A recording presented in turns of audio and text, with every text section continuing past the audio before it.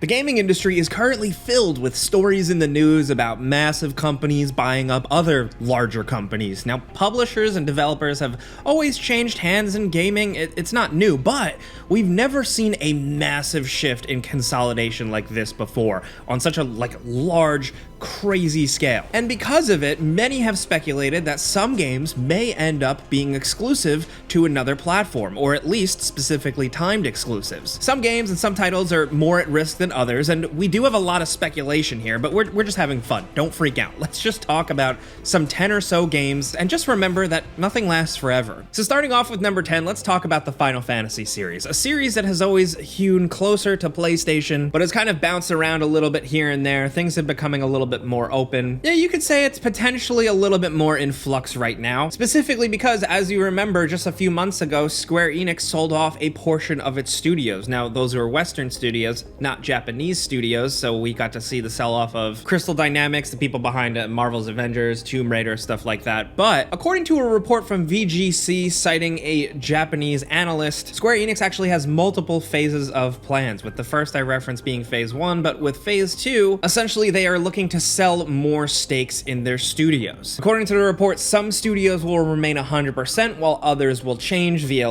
equity methods or joint ventures. And although this is still expected to be focused more on US and European studios, so they are apparently trying to focus more on their Japanese tentpole titles, but you never really know. The whole phrase that has been thrown around here is improving capital efficiency. And when you hear words like that, you know deals can be made to get some extra cash on hand, and that's where exclusivity deals come in from. So you never know. Again, I want to point out, with all of these, we're just talking out of our ass, but the Final Fantasy franchise has been an interesting one. I mean, look at Final Fantasy VII, pretty much exclusive to PlayStation, but now we have the spin-off remake of Crisis Core actually being multi-platform. Who knows what's going on over there? Now, next over at number 9, we have Life is Strange, a franchise that is Square Enix, and it could be part of what I was talking about previously, their next phase of selling off more US and European studios. With Life is Strange being developed by a European studio, Square Enix could technically be open to selling off the brand. Now, if Life is Strange were to end up in some sort of big deal, I expect it more to be bought up by one of the bigger ones that do multi-platform stuff. Embracer Group and Tencent seem to be more content on putting their games everywhere, so I don't know for sure, but for conversation's sake, it was another interesting one to throw out here.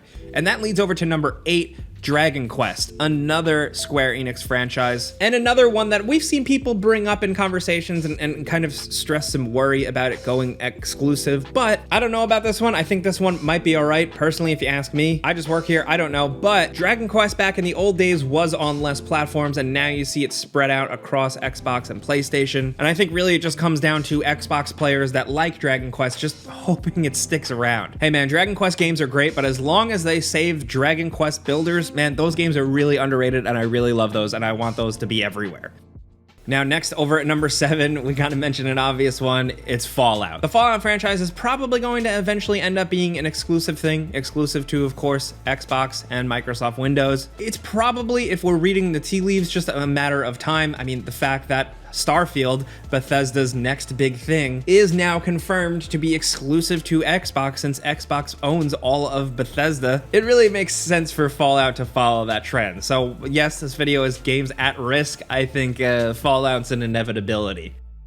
Now, next over at number 6, if we're talking about inevitability, Doom is another one. Now, Doom technically is owned by Xbox and Microsoft, and with their acquisitions, they are intent on keeping a lot of their stuff on Xbox consoles and PC. So if the next Doom does go more exclusive, man, that is a lot of PlayStation players that are missing out on Doom goodness. It could very well happen. We don't know for sure. It's a little bit different than a Bethesda Game Studios game, but money makes the world go round. I don't know. As long as Doom doesn't abandon its PC roots, as long as I can always play that thing on PC because that's where the franchise was originally born and bred, I will be happy.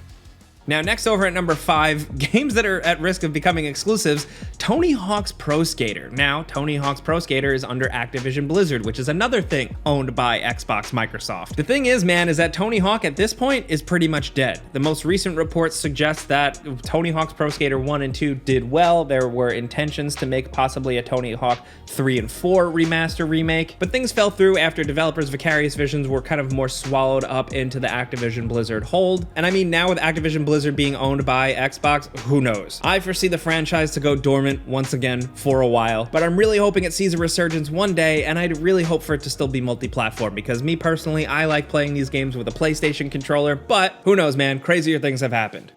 Next, over at number 4, we have another one that's pretty much an inevitability at this point. It's The Elder Scrolls 6, a game that has been officially announced by Bethesda. Including this one is kind of a joke, because it's not really a matter of if it's going to become exclusive, it's more of a matter of when. Again, I'm going to point specifically to Starfield, which is exclusive to Xbox and PC. That's Bethesda, you know, the game studio, the actual developer. It's their next big RPG. So if that's exclusive, it's safe to assume that beyond that, titles like I mentioned before, Fallout, and of course now Elder Scrolls 6 are probably going to be exclusive. It does seem pretty crazy to make a franchise that massive exclusive to one platform, but again, like I said earlier, money makes the world go round. And even with that cynicism aside, let's look at what Phil Spencer said in an interview a few months back with GQ. It's not about punishing any other platform. Like, I fundamentally believe all of the platforms can continue to grow, but in order to be on Xbox, I want us to be able to bring the full complete package of what we have. And that will be true when I think about Elder Scrolls 6. That will be true when I think about any of our franchises. So there you have it, from the horse's mouth. Technically, of course, these corporate type people definitely play word salad, but that's about as plain as they've put it so far. So yeah, there you go. Next, over at number 3, let's talk about one from a bit more left field, Overwatch. Yes, this is one that people don't really immediately think of as eventually going exclusive in any shape or form, but the multi-platform shooter that everybody seems to love, that is also getting the official sequel, Overwatch 2, fairly soon, could eventually end up exclusive, because it is part of Activision Blizzard, and Activision Blizzard is owned by Microsoft. Now, specifically, they have come out and said that they don't want to break up the communities of current multiplayer Activision Blizzard games. I mean, think about it. Think about all those legacy PC games that have been built up by Activision Blizzard. I mean, people are still playing StarCraft, people are still playing World of Warcraft, the PC community for Overwatch is massive, but plenty of people also love certain Activision Blizzard games on PlayStation consoles, so that's where it's currently at. You're not going to see World of Warcraft suddenly lock down harder on a Microsoft ecosystem anytime soon, and I mean, Overwatch 2 is going to be completely multi-platform, so they're backing up what they said by keeping current things absolutely normal, but they have also explained that brand new titles in the future will be a different story. We do know, because some Microsoft representatives have said that Activision Blizzard titles will be Xbox exclusive eventually following the whole acquisition deal. We just don't necessarily know what yet. Is it going to be something like Overwatch 3? You never know, but we're just gonna have to wait and see.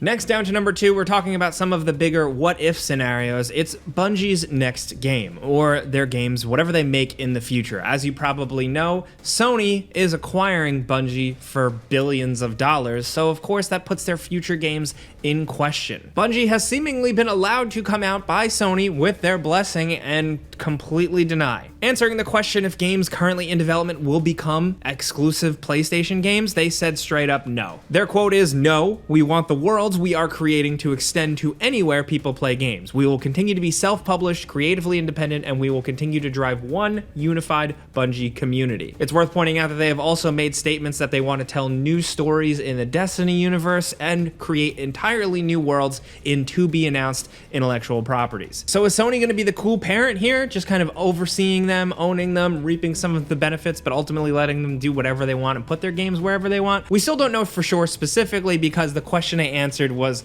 games currently in development. Now, we've known Bungie has been working on a bunch of things, more Destiny content, but also new games. So they answered specifically that the games that they have been working on are not going to be PlayStation exclusives. But further down the line, say 5-10 years from now, are we going to see Bungie's games exclusive to PlayStation? I don't know for sure. I'd say at the very least, they're probably going to make one experience or one thing be exclusive to PlayStation, but you never know. Specifically, this is different from the Xbox deals because it is still in the early stages. We haven't really seen too much roll out from this yet, and it's going to be a while before we really see the ripple effects. Now, down to number 1, let's talk Call of Duty. This is the biggest to be continued on this whole list. Because as of right now, surprising a lot of people, Xbox has come out and said, no, we're going to allow Call of Duty to still remain on everything. The community is so big and we're going to keep things the same. Now, if you ask me personally, it's because there's just so much money being made on Call of Duty. That franchise, whether you like it or not, is just straight up like its own industry in and of itself, which is absolutely wild. So for the near future, no, Call of Duty is not going to be exclusive to Xbox or something like that. But again, it's another thing on this list where, you know, a few years down the line, maybe if Call of Duty loses a little steam, I don't know. Who knows what could happen? So again, this is a list of just games that are at risk of becoming exclusives in some way, shape, or form. A fun conversation, just kind of a look at what if, and just trying to make a little sense of all of these super big corporate buy-ups as the dust settles. But again, we're just armchair quarterbacking here. We're not experts, so we want to know what you guys think in the comments about all of these. Now, there's probably going to be some console war stuff, but we're just looking at it really just from like a property acquisition stance. Every company is different, and we're curious to see what the moves are, but we're really curious to see what you think about this stuff. So let us know. And if you enjoyed talking about this stuff with us, all you got to do is click the like button. We put out videos every day, and we're just having fun, so let us know. But as always, thanks for watching, and we'll see you guys next time.